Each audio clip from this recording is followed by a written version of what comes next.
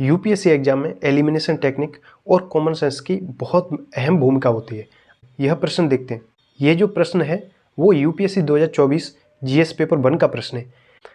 अब देखते हैं पहला स्टेटमेंट, जिसमें लिखा हुआ है कि भारत के राष्ट्रपति द्वारा किसी सदन के सत्रावसान के लिए मंत्रिपरिषद के परामर्श की आवश्यकता नहीं है। हम जानते हैं हमारे संविधान में आर्टिकल 85(2) सत्रावसान से संबंधित प्रावधान दिया गया है और इसी के साथ हम ये भी जानते हैं कि भारत में राष्ट्रपति एक औपचारिक प्रधान होता है, वास्तविक प्रधान नहीं होता। इसलिए सामान्य स्थिति में वो अधिकतर कार्य मंत्रिपरिषद की सहमति के बिना नहीं कर सकता। इसलिए पहला जो स्टेटमेंट है जिसमें कहा गया है कि मंत्रिपरिषद के परामर्श की आवश्यकता नहीं है, इसलिए यह स्टेटमेंट गलत हो जाएगा, क्योंकि राष्ट्रपति बिना मंत्रिपरिषद के परामर्श के कोई भी कार्य सामान्यतः नहीं कर सकता। इसलिए जैसे ही पहला कथन या स्टेटमेंट गलत होता है, वैसे ही हम ऑप्शंस को देखेंगे कि कौन कौन से ऑप्शन एलिमिनेट हो सकते हैं। जैसे ऑप्शन जिसमें केवल एक दिया है तो इसलिए ऑप्शन ए आंसर नहीं हो सकता। इसी प्रकार से ऑप्शन बी जिसमें एक उपस्थित है, इसलिए ऑप्शन बी आंसर नहीं हो सकता। अब हमारे पास केवल 2 ऑप्शन बचते हैं, सी और डी।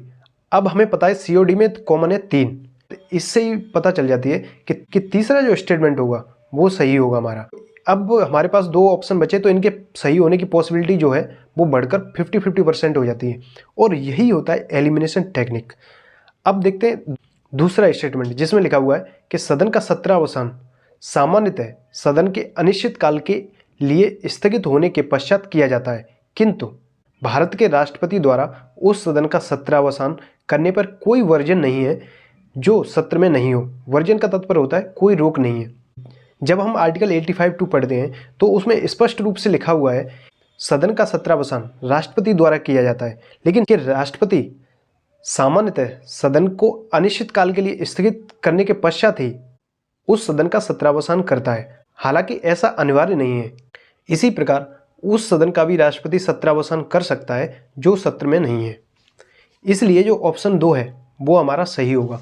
और जैसे ही स्टेटमेंट 2 सही होता है वैसे ही हमें ऑप्शन से पता है कि स्टेटमेंट 3 सही है, इसलिए हमारे दोनों स्टेटमेंट सही होंगे और हमारा जो आंसर होगा वो होगा ऑप्शन सी।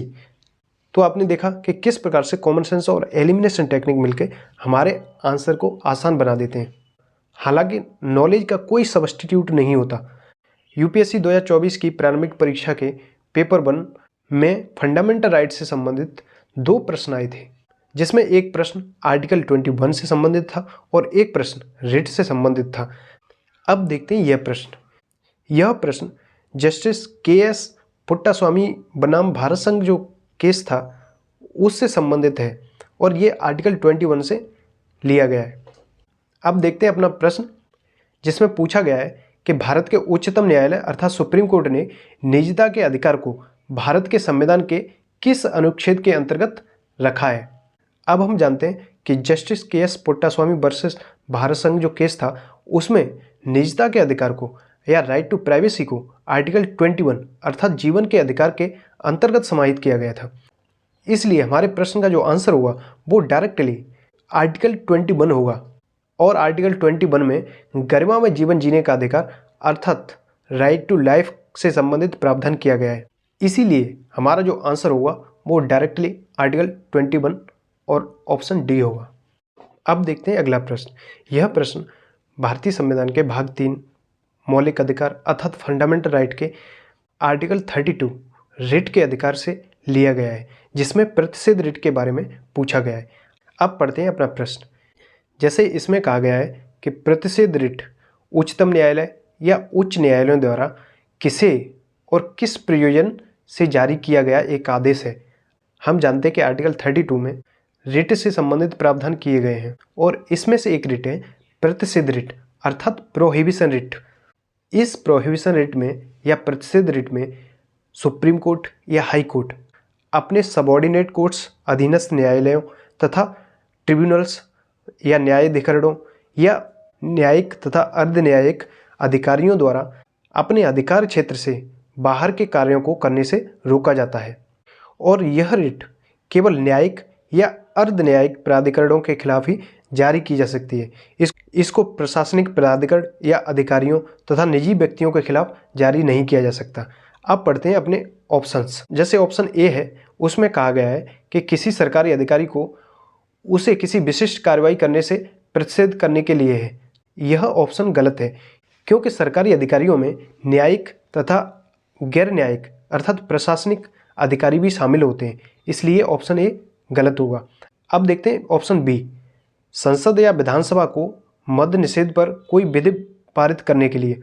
तो हम जानते हैं कि जो प्रतिषेध रिट होती है वो विधायी निकायों के लिए नहीं होती, बल्कि न्यायिक निकायों के लिए होती है, और वो भी सुप्रीम कोर्ट और हाई कोर्ट से नीचे वाले अधीनस्थ न्यायालयों या न्यायाधिकरणों के लिए। अब देखते हैं ऑप्शन सी, जिसमें बोला गया है निचली अदालत को किसी ऐसे मामले में कार्रवाई जारी रखने का प्रतिषेध करने के लिए है। अब हमने अभी देखा था कि निचली अदालतों को ये प्रतिषेध रिट द्वारा सुप्रीम कोर्ट या हाई कोर्ट अपनी अधिकारिता से बाहर कार्य करने से रोका जा सकता है, इसलिए यह ऑप्शन सही है और सबसे बेहतर है, इसीलिए यही हमारा आंसर होगा। लेकिन नेक्स्ट ऑप्शन भी हमें पढ़ना चाहिए। जैसे इसमें लिखा हुआ है कि सरकार को उसे किसी असंवैधानिक नीति का अनुपालन करने से प्रतिषेध करने के लिए है। हमने देखा कि प्रतिषेध रिट न्यायिक प्रवृत्ति या अर्ध न्यायिक प्रवृत्ति के निकायों के अगेंस्ट ही जारी की जाती है, न कि सरकार के अगेंस्ट। इसलिए इस प्रश्न का आंसर जो होगा वो होगा ऑप्शन सी।